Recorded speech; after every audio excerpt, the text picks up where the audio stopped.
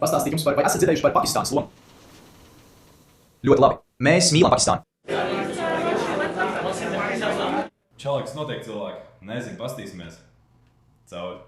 Diplomātiju sadarbojoties, lai pārveidotu tuvos austrumus. Beidzot tas ir noticis. Amerikas Savienotās valstis un Irāna tieši šobrīd ir sākuši savas pirmās tiešās sarunas Šveicē. ASV viceprezidents Džejs Dīvens un Donalda Trumpa īpašie sūtņi Stīvens Vitkovs un Džareds Kušners pirmoreiz tikās ar saviem Irānas kolēģiem kalnu slēpošanas kurortā Bergenštokā Šveicē, lai uzsāktu pirmo sarunu kārtu par kara izbeigšanas vienošanos. Džejs Dīvens ne tikai apstiprināja visus iepriekš izteiktos Donalda Trumpa nosacījumus, bet arī paziņoja, ka ASV ir gatavas būtiski pārveidot attiecības ar Teherānu un kļūt gandrīz vai par labākajiem draugiem reģionā. Galvenā apspriešanas tēma šodien ir uguns pārtraukšanas režīma nostiprināšana Libānā un iespējams Irānas kodolprogramma. Taču Teherāna jau ir devusi saprast, ka vispirms tiks apspriest uguns pārtraukšana Libānā, sankciju atcelšana, Irānas aktīva atbloķēšana un tikai pēc tam iespējams viss pārējais, bet noteikti ne tagad.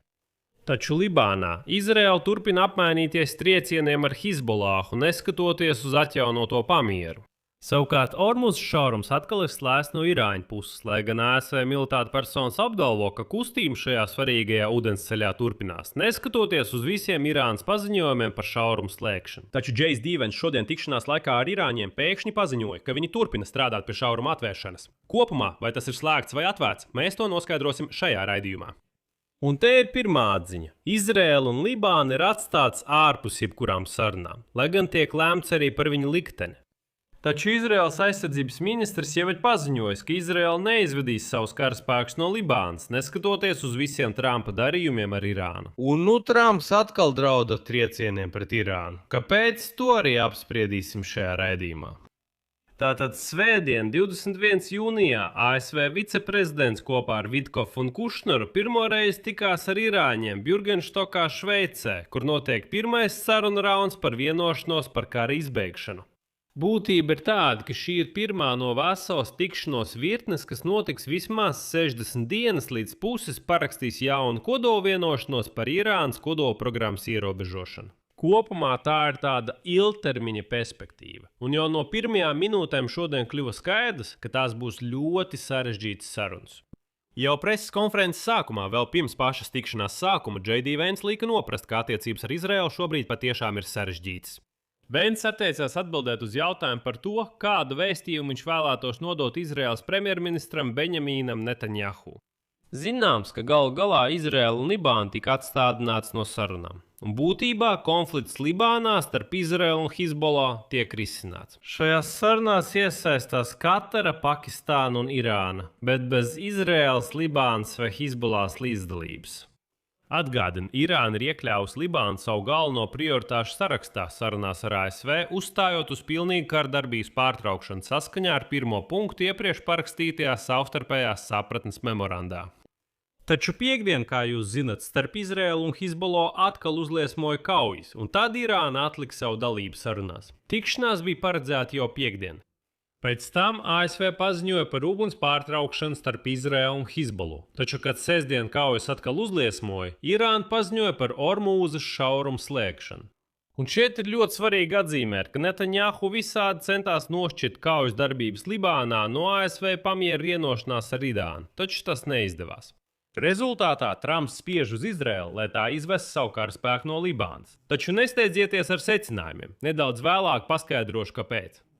Lai gan, Hizbollahs kauģinieku uzbrukuma dēļ tikai pēdējo 24 stundu laikā ir gājuši bojā 5 Izraēlas karavīri. Atbildot uz to, Libānas varas iestādes apgalvo, ka kopš vienošanās parakstīšanas pirms dažām dienām Izraēlas trieciena rezultātā Libānā ir gājuši bojā 10 cilvēku. Rezultātā Trumps plāno nedēļas beigās tikties ar Izraēlas un Libānas pārstāvjiem, acīm redzot, lai vienkārši nodot viņiem, par ko viņi ir vienojušies ar Irāņiem. Taču Trumpam sarunās ar Irānu var rasties patiešām liels problēmas. Izraēlas aizsardzības ministrs Izraēls Kats tieši paziņoja, ka Izraēla neizvedīs savus karavīrus no drošības zonas Libānā, un piebilda, ka Izraēlas karavīru rīcībā Libānā nav nekāda ierobežojuma. Tālāk vien citāts. Mūsu spēki paliek izvietoti drošības zonā gar dzelteno līniju Libānā. un viņi darbojās no turienes pret teroristiem un teroristisko infrastruktūru. Vakar izsludinātais uguns pārtraukums atstāja Kahalu visās tā pozīcijās drošības zonā, kas aizsargā apdzīvotās vietas Izraēlas ziemeļos. Un tieši šādos apstākļos sākās sarunas starp ASV un Irānu. Šodien Džejdijs Vents un Baltā nama sūtņi Stīvens Vitkovs un Džareds Kušners vispirms tikās ar Pakistānas premjerministru, pēc tam ar Kataras premjerministru.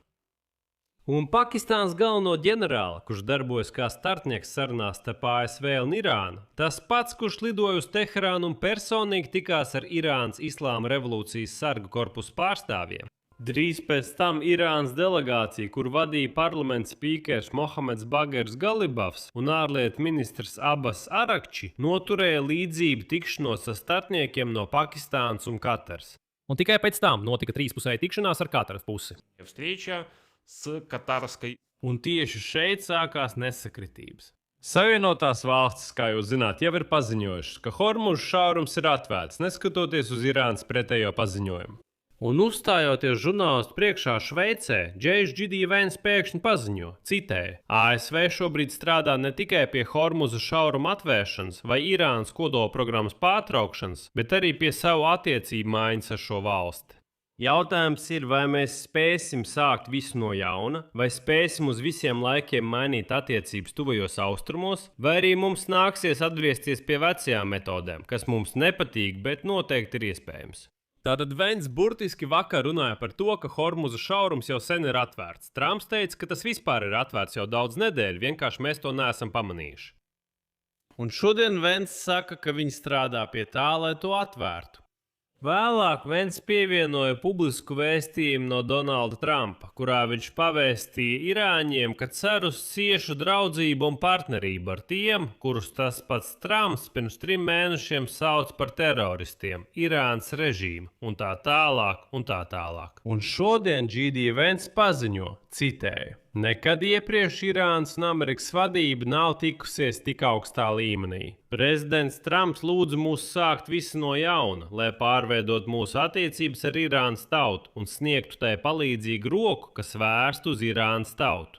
Ja jūsu vadība ir gatava atteikties no reģionālās nestabilitātes avotu lomas, ja tā ir gatava ilgtermiņā atteikties no kodolieroču ambīcijām, tad Savienotās valstis ir gatavas būtiski mainīt mūsu attiecības ar šo valsti. Tā noteikti ir mūsu mērķis.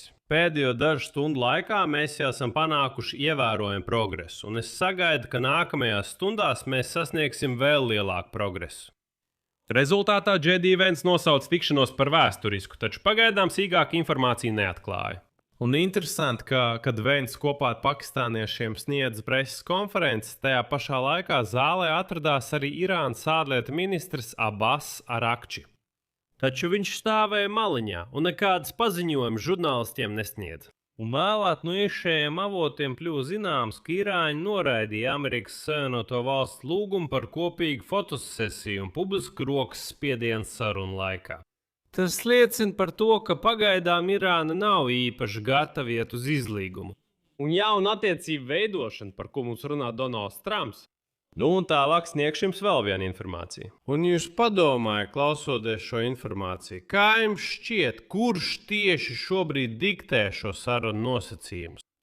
Irānas pārstāvis Abbas Arakči vēl pirms tikšanās paziņoja, ka sarunas būs vērstas uz uguns pārtraukšanu Libānā. Uz izņēmumiem, kurus ASV apņēmās piešķirt Irānai naftas pārdošanai. Vienkāršiem vārdiem sakot, sankciju atcelšana. Un uz Irānas iesaldēto aktīvu jautājumu. Tas arī gal galā notika sarunās. Tajā pašā laikā ASV pārstāvi paziņoja, ka vēlētos, lai pirmais sarunu rauns noslēgtos ar Irānas uzaicinājumu ANO un Startautiskās atomenerģijas aģentūras inspektoriem apmeklēt tās kodolobjektus, kuri tika bombardēti no ASV un Izraēlas puses. Un Rafaels Grossi, tas ir SAA direktors, pat šodien ieradās Šveicē, taču uzaicinājums viņam nesakoja. Vismaz pagaidām. Bet spēle šeit patiesībā ir daudz smalkāka. Es jums jau iepriekš teicu, vai nesteidzieties ar secinājumiem par Izraēlu. Tātad, kamēr Šveicē notika sarunas, ASV prezidents Donalds Trumps atkal piedraudēja uzbrukt Irānai, ja Teherāna neapvaldīs Hizbollah, kas uzbruka Izraēlai. Tālāk citāts no Donalda. Tālāk Trumps tieši tajā brīdī, kad Džejdijs Vents tikās ar Irāņiem. Irānai nekavējoties jāaptur savi augstu apmaksātie ielitiņi Libānā, kuri sēja nemierus. Ja viņi to neizdarīs, mēs atkal triecienu Irānai, kā to darījām pagājušā nedēļā, tikai vēl spēcīgāk.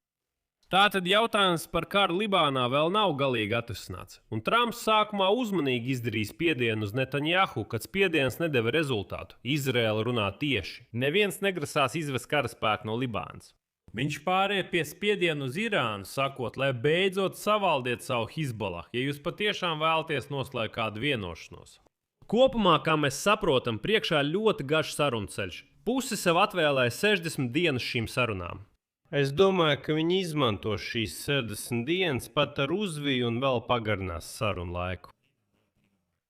Šeit es likšu daudz punktu, draugi. Draugi, vēlos jums pastāstīt, kā esmu izveidojis jums slēgtu kopienu Peči Insight, kur mēs kopā ar jums apspriežam dažādas tēmas. Tur parādās tas, kas šeit YouTube kanālā neiznāk. Tur es atbildu uz jūsu personīgiem jautājumiem. Un tur mēs apspriežam, piemēram, kādu tēmu izvēlēties nākamajam raidījumam šeit YouTube kanālā.